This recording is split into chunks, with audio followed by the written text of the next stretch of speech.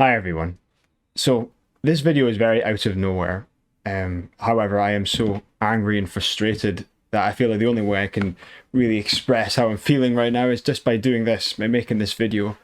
Um, Sony have just announced they will stop producing physical Blu-ray discs by January 2028, which is a massive blow to physical media in general, and even more so to the gaming industry. It is absolutely horrible that it's come to this. I am still struggling to comprehend it. It's like your worst nightmare coming true. You've always kind of thought it would happen, but you never wanted to see it in real life. I used to always dream about this, the boogeyman coming into your house and literally taking away your physical media, coming and taking your books, your movies, your music, and your games. And we are coming ever so close to that becoming a reality.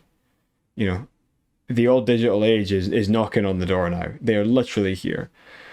So alongside that, they also announced the closure, or the upcoming closure, of the PlayStation 3 and PS Vita stores, which, to be honest, I always had at the back of mind that they would occur at some point.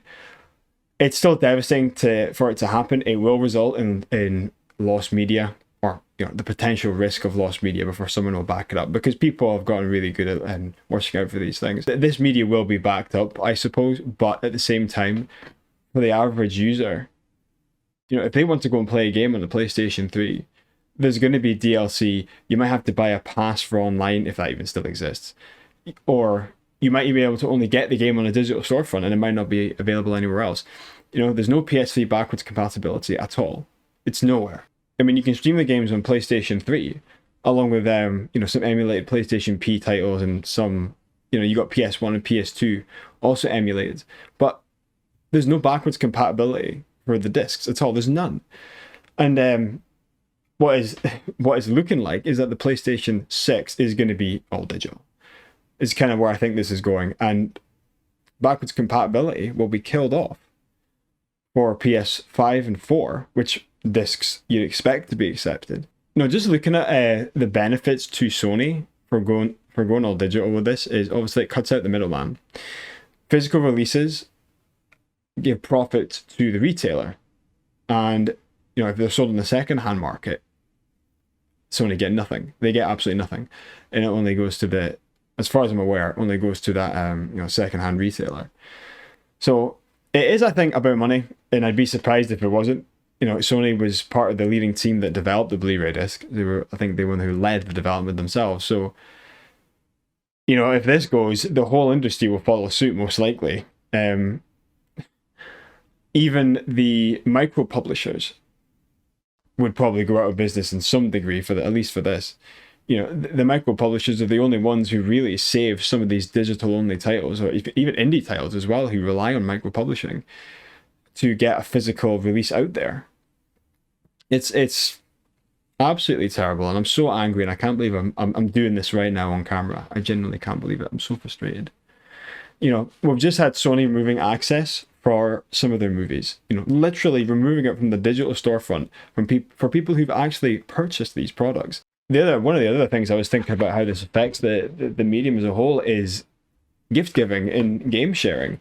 It's going to be so difficult to do it now. And even if, and God forbid, I hope we don't get to this point, where they start selling plastic boxes with a paper code in it, it's just not going to be the same as your gran walking up to the shop to buy you your birthday present and you go, okay, here's a plastic box with a piece of paper in it. You want something in the box. You want something to be able to install to your console. In my eyes, if you can't get physical media, what's even the point of buying a video games console? You might as well just buy a PC. There's literally no reason not to buy a PC unless the games are Sony exclusives. And even then, are they even worth it? Are they that good? I will probably switch to whatever console supports physical media. And it's funny because we were all slagging the Switch 2 off for their key cards. But at this current time, they might be the only ones that will support physical media going forward to some degree with their key cards. It's absolutely crazy, bonkers. Some people have been throwing around the loaded gun comparison, where the fans have loaded the gun and Sony have pulled the trigger. But to be fair, I think this gun being loaded was inevitable. We've just had the absolutely catastrophic pre-order release of GTA 6, I'm not meaning like it was going to do poorly, but from everything wrong with the industry combined into one release. And that was pretty much the last bullet to be loaded into the chamber, and Sony has just fired it. I think it was inevitable regardless, but it's still something you don't want to believe is actually happening. Now, it won't affect a lot of people. A lot of people are digital, to be honest with you, and have made the jump because they believe it won't affect them or they don't care. But unfortunately, further down the line, it may end up affecting those users. And now, I've never been one to believe in one person can make a difference. Oh, that sounds miserable, but I've now gotten to a point where I'm so angry at this situation. It's so anti-consumer because it's not done with any consumer in mind. It's not done to make your life easier. It's purely done out of greed. And it's so frustrating that I can't think of any positives that outweigh the negatives here.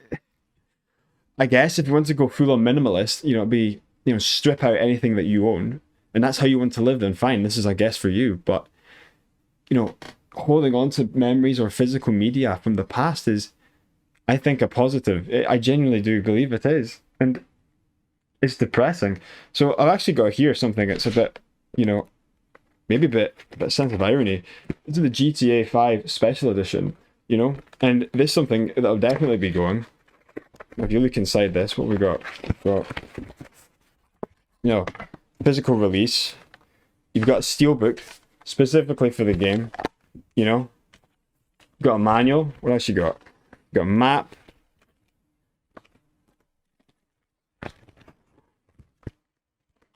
Can't get this out. You got a big map. Look at that.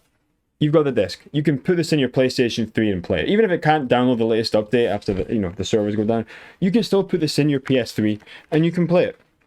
Great. That's great. That's Rockstar done that with a lot of releases. They put on multiple discs for all the releases. They've done it with Red Dead. So, and it gives people a chance to play the game without having to connect to the internet, at least not completely. And that's another part of this that kind of sucks is, download speed have gotten a lot better over the years, yes, but it still sucks that you've got to download, the entire game onto your hard drive just to play it. And this is the thing, like with the size of what GTA is probably going to be, you have to use most likely an entire SSD just to install the game.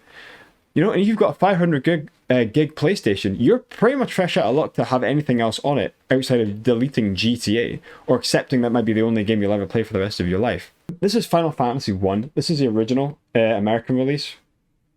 And, this is not even like a special edition. This is literally what you got with the game. You got the manual. You got a map of the world. You got dungeon maps as well to help you out. And you got, what else do you get? You got the holder for it, and you got the cartridge. You plug this in, play whenever you want. Some would say this is the absolute peak of gaming when it was at its best. Simpler times when it wasn't as mainstream. But you could fire in. You could literally just fire it in and play it. And you had all these goodies that would help you along the way, and it made the experience a lot more engaging, a lot more personal, because you had that to go with, right? And then, even then, let's go move to the original Final Fantasy VII release on PlayStation. You had disc 1, disc 2 and 3, and a manual that you could flick through in the car from taking it home, right? And the reason I was on multiple discs was because the FMV sequences were so big. So each disc had to do it to fit them all in. But, fair enough. The international version of the game, which only came out in Japan, same again. Disc 1 had the manual, had disc 2, but then it had an extra disc as well, as well as disc 3. It had the perfect guide disc as well. Nice little bonus that showed the world, that showed the maps in detail and secret items. Nice little extra that you got from buying a physical release. And then we've got now here, Dirge of Cerberus, PS2. This is specifically the Japanese one, which supports play online. You got little goodies in here. You got the disc. you've got what I presume to be a manual for the controller, and maybe it supports USB mice and keyboard. And our good guy Gax, who plays Genesis at the end of the game. Spoiler alert. But yeah, you know, more little nice goodies you could get in your physical release. Not as much as the original Final Fantasy, but still, you know, besides the point. And then it moves nicely on to the deluxe versions of Remake and Rebirth. And this is another thing that will be dramatically reduced, is if there's no physical media. It's like, what's even the point of getting a deluxe edition? You know, what's even the point? So in this, you got the steelbook to show off your game. You've got a mini soundtrack. You've got an art book, which is a staple these days. I think we're maybe going to take them for granted with what's coming. And you know, you got some other garbage, like a lanyard, you know, in here as well. And moving on to Rebirth. Again, you got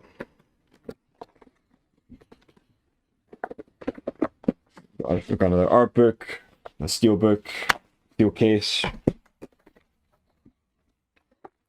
and the mini soundtrack. You know, and I've taken the actual game out of it and I put it on my display. But you know, that's the point. That's the value that you get for these versions of the game. The deluxe versions of Remake and Rebirth will cost more, obviously, but you know, you got more bang for your buck back then.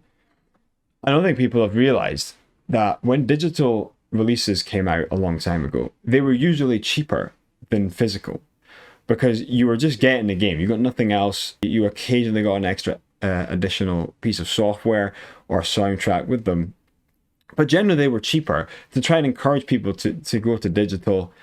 And I think it was done more from a convenience point of view as well back then, but that's kind of changed. The market's completely changed, and now digital pricing is almost the same as physical, and it's absolutely crazy. If you're going to push for that, then it should be cheaper, because that's the principle alone. You're using less resources to produce the game, to release the game, to publish the game. And, you know, over here in the UK, you can buy physical releases that are still cheaper than digital, which is, you know, why would you not want to do that? And that's maybe another reason why they're doing it, is because physical releases are cheaper. It will cost them money. They're not going to make as much money at the purchase. It's clear greed, absolute clear greed. No, this also takes away discoverability as well. From going to the shop, let's look at the experience of just going to the shop and buying a physical game. You gotta go out, plan a trip, or you've just finished work, you want to buy the game. You might run into some friends, your family, God knows who else. You can just discuss it with the clerk of the game. You get to pick up the game, you know, you get to hold it in your hand, you get to speak to people, have a conversation, and for many, it might be a way to discover a new game that they never thought they would play or never thought they would enjoy. You know, but then after this has been done, you're just going to go home, you're going to go online, look for the game that you're wanting, that you've seen in a trailer, or has been shoved in your face every time you boot up your PlayStation 5 or 6. As I said earlier, you won't be able to share the game, you won't be able to give it to your friend to play, you won't be able to give it, you know, give it away as a gift, unless it's a code in a box, or a code that you've managed to get that you can give away that's not locked to your account. It's just bonkers. And even just looking at, you know, I was looking at soundtracks the other day that I was going to buy online, purely digital release, and even looking at the platforms I could actually download it on and hold it in some capacity, there was only one platform for this said soundtrack, and I couldn't believe it. You know, only one on Bandcamp. Was it Bandcamp? Actually, it might have been Steam, that allowed me to download the actual music files. Everything else was just a subscription, and I was like, I can't believe this is where we've gotten to. I genuinely can't believe it, and that scared me. You know, even if I can't hold the soundtrack physically, at least I have the files backed up on my computer that I can play anytime I want. The amount of losses the industry has taken over the last 6 months is crazy. You know, not too long ago, back in spring, we had Myriad shutting down. Now, I was so involved with following that. I was so fear of the fact we were going to lose potentially the biggest repository for backed up games on the internet. And there was probably a lot of stuff on there that is unique to Myriad that other repositories do not hold. Now, thankfully, it's been backed up and is safe. But the reality of the situation is, if people had not saved that repository, there would be many games, many forms of content to be lost. And, you know, that flew under most people's radars. There's a lot of people who tried to publicize it and, you know, some YouTubers that tried to do it. But ultimately, the average individual probably didn't care or didn't even know. And that's just how it is.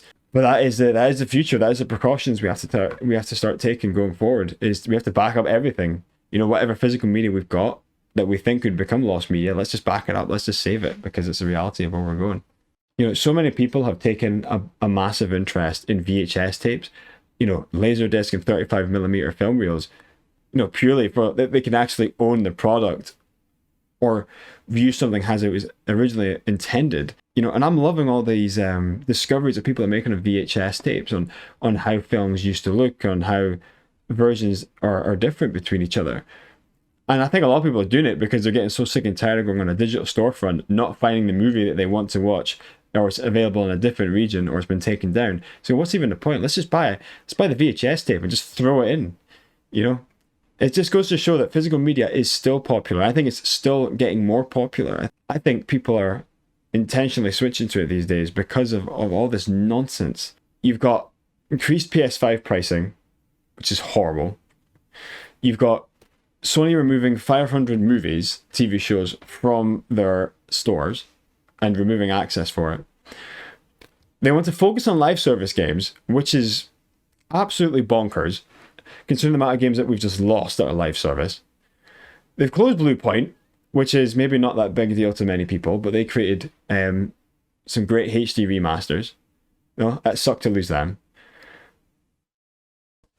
And what else? And all the nonsense with GTA 6. All the terrible business practices that will harm the industry fused into one. I think it's no coincidence that they've just announced this after GTA 6, even if it's to like divert the damage. I hope they're hoping people are probably more focused on GTA 6, or maybe they've done it to come clean. But I also think it's really stupid that they've gone and announced the end to physical media while also announcing the end of the PlayStation 3 and PlayStation Vita digital storefront, which was one of the only places to get some games. So I don't know what they're thinking, but I think Xbox have a real chance here. Not that I think they would take it, to capitalize on this and say we're going to go back to physical media in a similar vein to how all those years ago Sony put out that video slagging off Xbox because they're trying to install digital rights management, and Sony just showing that you could simply hand a game to someone with a disc in it and they could play on their console. So we'll wait and see. There's still 2 years. Hopefully things can change and they'll go back on it, but I think it's very unlikely. But I'm keeping my fingers crossed.